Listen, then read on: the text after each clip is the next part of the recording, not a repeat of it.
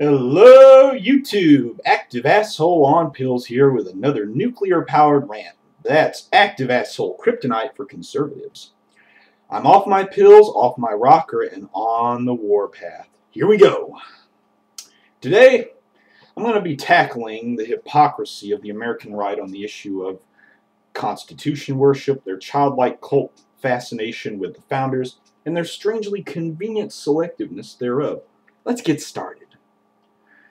For close to 120 years, civil activists in this country have worked tirelessly to advocate first, second, and third generation human rights.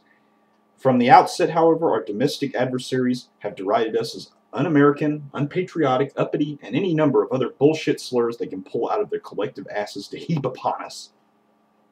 Now let's get something out of the way here. Conservatives can call me unpatriotic all they want to. Hell, they can even say that I and other left-of-center advocates, activists, are a threat to the Constitution. I really couldn't give a flying fuck less.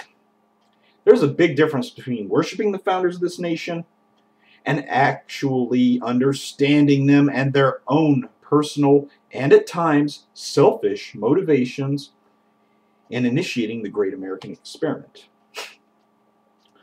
When we on the left host a dialogue about the founders, we accept that they were mortal, deeply flawed men. They were upper crust, landed, slave owners, many of whom had a deep distrust for democracy. Hell, at the founding of our country, only the lower house of Congress and the federal government was directly elected. The Senate was chosen by the state legislatures. The founders' notion of pluralism was a very limited one.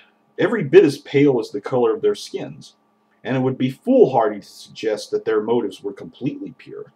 The British Empire before the American Revolution was turning against the practice of slavery, and this threatened the slave-owning founders' profit margins.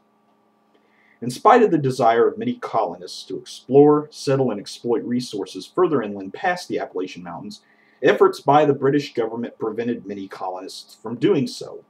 This, in effect, saved untold numbers of Native Americans from being driven off their land by white settlers bent on revenge against Native tribes for their siding with the French during the French-Indian War.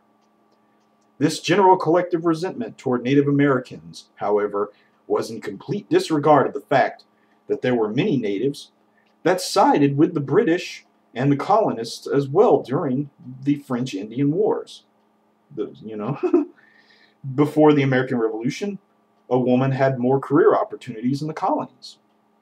After the Revolution, however, women were relegated to more menial jobs. For example, under British rule, a woman in the colonies could pursue a career as a doctor. This was not the case after the American Revolution. There was also the issue of greed by the American founders. The founders were in part jealous of the money, land holdings, and access their loyalist counterparts enjoyed. The American Revolution effectively drove these particular landed slave owners out so that the founders could seize their property for themselves and their closest supporters. Yes, the founders were a mixed bag. They had their philanthropists and their plutocrats, and the Articles of Confederacy and later the current Constitution reflected this varied nature. Now, I think among many of the philanthropists within the among the founding fathers, I'd have to say that Benjamin Franklin is my favorite founding father. He is closely followed by Samuel Jackson, but sorry, not Samuel Jackson, Samuel Adams. I'm sorry. Why did I say Samuel Jackson? Oh well. But because he was a philanthropist, he developed a postal system, he founded hospitals and schools and universities and libraries. The man, he advocated education and health. He was a good, and he was an inventor. I mean, he was a self-made man. Benjamin Franklin was a thrifty man. He was, he was everything. He was everything that many conservatives wish they were. And yet he had a heart, He advocated for public initiatives. Yes. I mean, for goodness sakes, back to the subject. they had their philanthropists and their plutocrats, and the Articles of Confederacy and later the current Constitution reflected this very nature. They made black people 3/5 a person, for crying out loud. Seriously. And it is for this reason why I do not condemn someone for the simple act of being unconstitutional. Being constitutional in that narrow, dogmatic sense and being a decent human being are almost mutually exclusive. It was once said that patriotism is the last hiding place for cowards. Whoever said this could not have been more astute. Conservatives and libertarians almost exclusively bash the loyal opposition on the left while hiding behind the Constitution. I gotta get a swig here.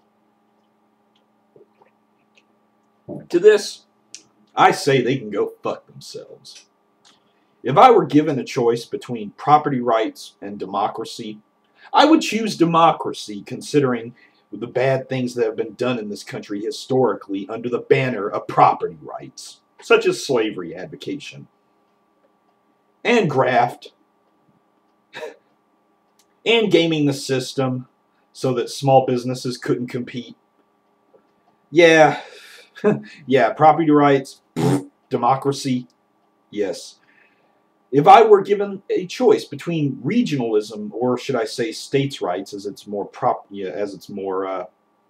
commonly called here in America, well, exclusively called here in America, and democracy, I would choose democracy.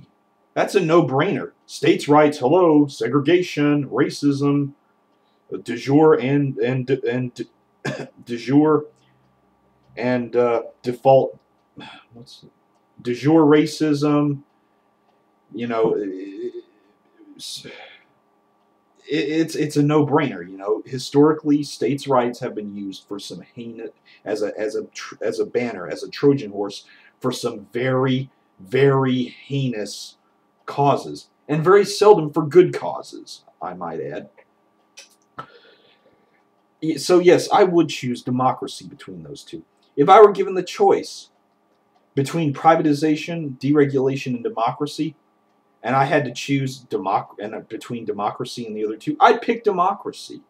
I would. I'd rather have democracy than have a massive inequality, a massive gap between the rich and the poor, in which the rich own over 2/3 of our country's economy, while the bottom and are worth, you know, where the top 1% are worth over 3 times more than the entire bottom 40% combined. No, I do. You know, I would pick democracy in a heartbeat. You know, screw privatization and deregulation. It's nothing more than a Ponzi scheme for raiding the public coffers and transferring the wealth put into the system for decades, even centuries in some cases, by taxpayers into the hands of private power. Screw that. I'd go with democracy. Likewise, if I were given a choice, now this is where I get froggy. This is where I'm defending the indefensible for the sake of human rights and for the sake of democracy. If I were given a choice between the United States Constitution and democracy, I would still choose democracy.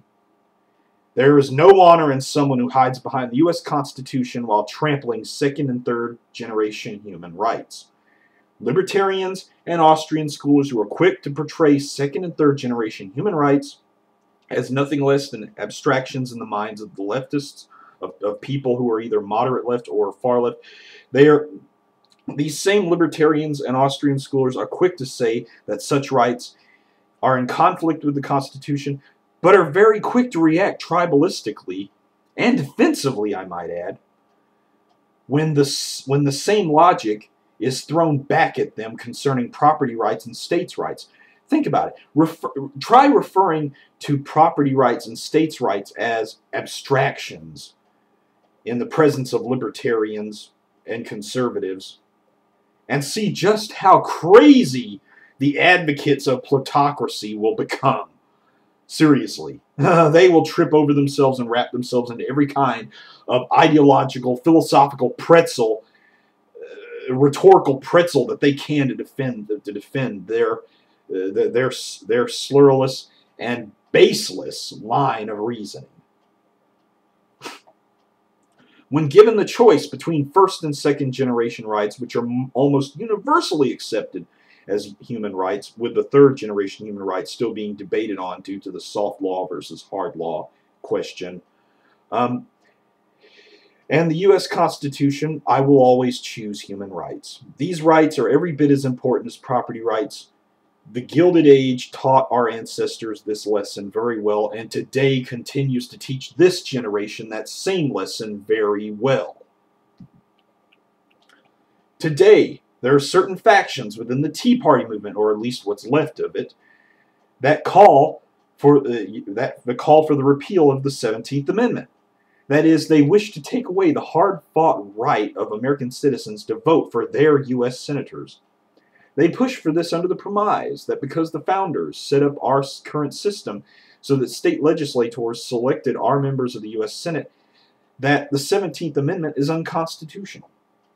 The 17th Amendment is one of the most prized pieces of past legislation from the progressive era. This amendment was a hallmark in the expansion of the power of the first-generation human right to the franchise, that is, the capacity of the vote to effect change in government policy. Now I'm going to switch gears a second here and start throwing some jabs across the bow. Was it not the so-called Moses figure of the post-World War II conservative movement, or the one that's currently dragging this country through the freaking mud in the name of property rights and states' rights? Was it not the so-called Moses figure, William F. Buckley Jr., who, when asked about civil rights and the rights of African Americans in the Jim Crow South and in the heyday of the civil rights movement, was it not he who referred to the U.S. Constitution as just some document? Yes. Was it not the so-called founding father of the conservative movement, Paul Weyrich, a man who co-founded the Right-Wing Heritage Foundation, who gave a speech in Dallas, Texas in 1976 deriding the right to the franchise and deriding democracy?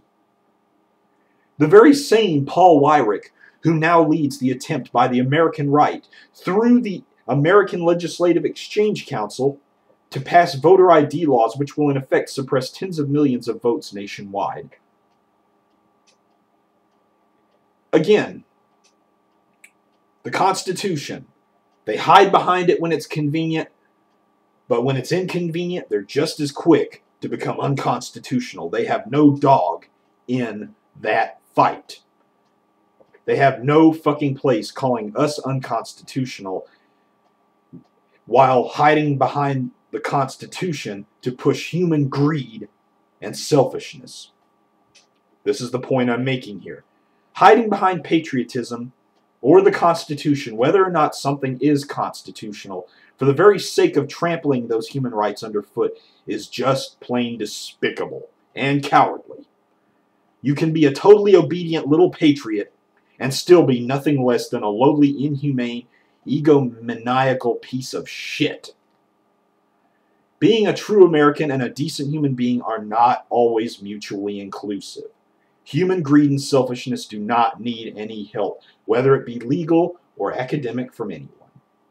And that's my rant. Go with it from there. Peace out, everybody.